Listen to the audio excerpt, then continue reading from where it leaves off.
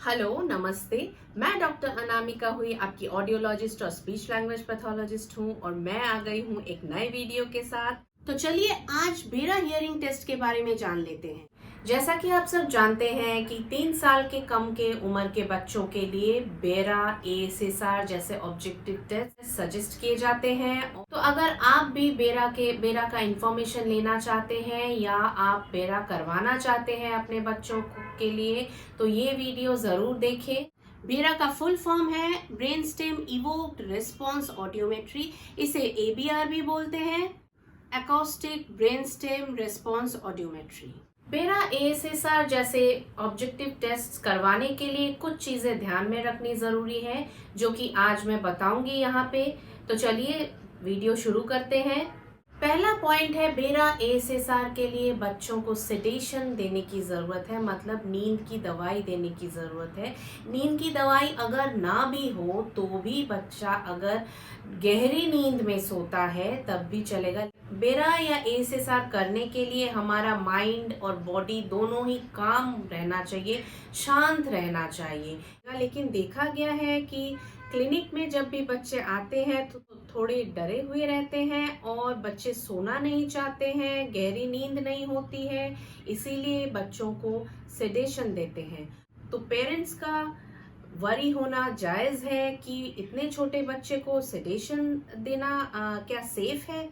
तो उनके इंफॉर्मेशन के लिए मैं बता दूं, सेडेशन दिया जाता है, पेडियाट्रिशियन देता है, मतलब बच्चों के जो डॉक्टर रहते हैं वो देते हैं, और बच्चों के वेट और एज को देखकर दिया जाता है सेडेशन का डोज। तो ये बिल्कुल ही सेफ है। जब डॉक्टर दे रहे हैं, डॉक्टर के दिए गए डोज के अनुसार ही सेडेशन का डोज दिया जाता है, ताकि बच्चा सो जाए और रेडियोलॉजिस्ट जो है उनका टेस्ट कर सके। सेकेंड पॉइंट है टाइम।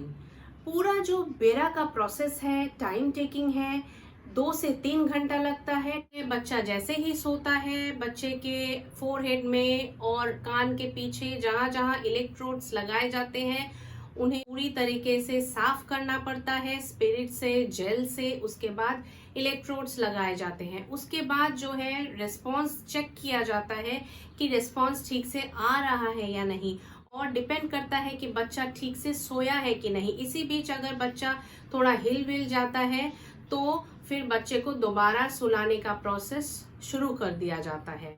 जैसे ही बच्चा सोता है टेस्ट चालू कर दिया जाता है और ईयरफोन के माध्यम से डिफरेंट साउंड इंटेंसिटीज दिया जाता है कान में। उन आवाज से जो हमारे ब्रेन में जो एक्टिविटी होती है उसको रिकॉर्ड किया जाता है। हमारे कंप्यूटर स्क्रीन पे वेव फॉर्म की तरह आता है। जैसा ईसीजी में आप लोगों ने देखा होगा जिस तरह से वेव फॉर्म्स आते हैं, ठीक उसी तरह से हमारे बेरा में भी वेव फॉर्म्स आते हैं, जिसे ऑडियोलॉजिस्ट इंटरप्रेट करते हैं। और उसी से पता चलता है कि ब्रेन कितने डीबी में रिस्पॉन्ड कर रहा है, हमारा कान कितने डीबी में रिस्पॉन्ड कर रहा है। आजकल मूवमेंट रेजिस्टेंट बेरा भी आ गया है, जिससे बच्चा अगर थोड़ा हिले भी तो कोई फर्क नहीं पड़ता है उसके रिस्पॉन्स में। तो लेकिन इंडिया में बहुत कम जगह है, तो हर जगह ये सुविधा उपलब्ध नहीं है।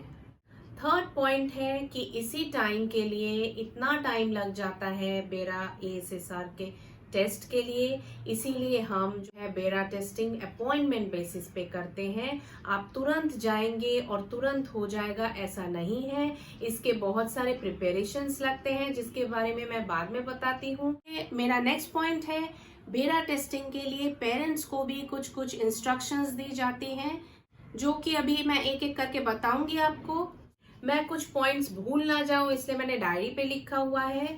तो मैं बताती हूँ आपको पॉइंट्स जो है। पहला पॉइंट है, शैम्पू करके आने की जरूरत है। बच्चों का सर एकदम ऑयल फ्री रहना चाहिए, एकदम साफ रहना चाहिए। दूसरा है, शैम्पू करके तेल या क्रीम कुछ ना लगाएं, ऐसे ही रहने दें, बिल्कुल ड्राई।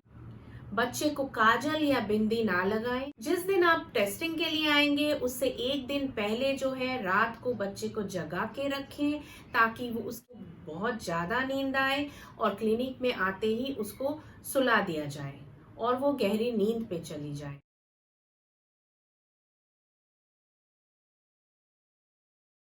आज के लिए इतना ही। उम्मीद है इस वीडियो में आपको इन्फॉर्मेशन मिल गई होगी बेरा का। और भी कुछ इन्फॉर्मेशन चाहिए तो मुझे कमेंट करना ना भूलें और मेरे इस वीडियो को ज्यादा से ज्यादा शेयर करें ताकि दूसरे पेरेंट्स भी लाभ उठा सके। Thank you for watching.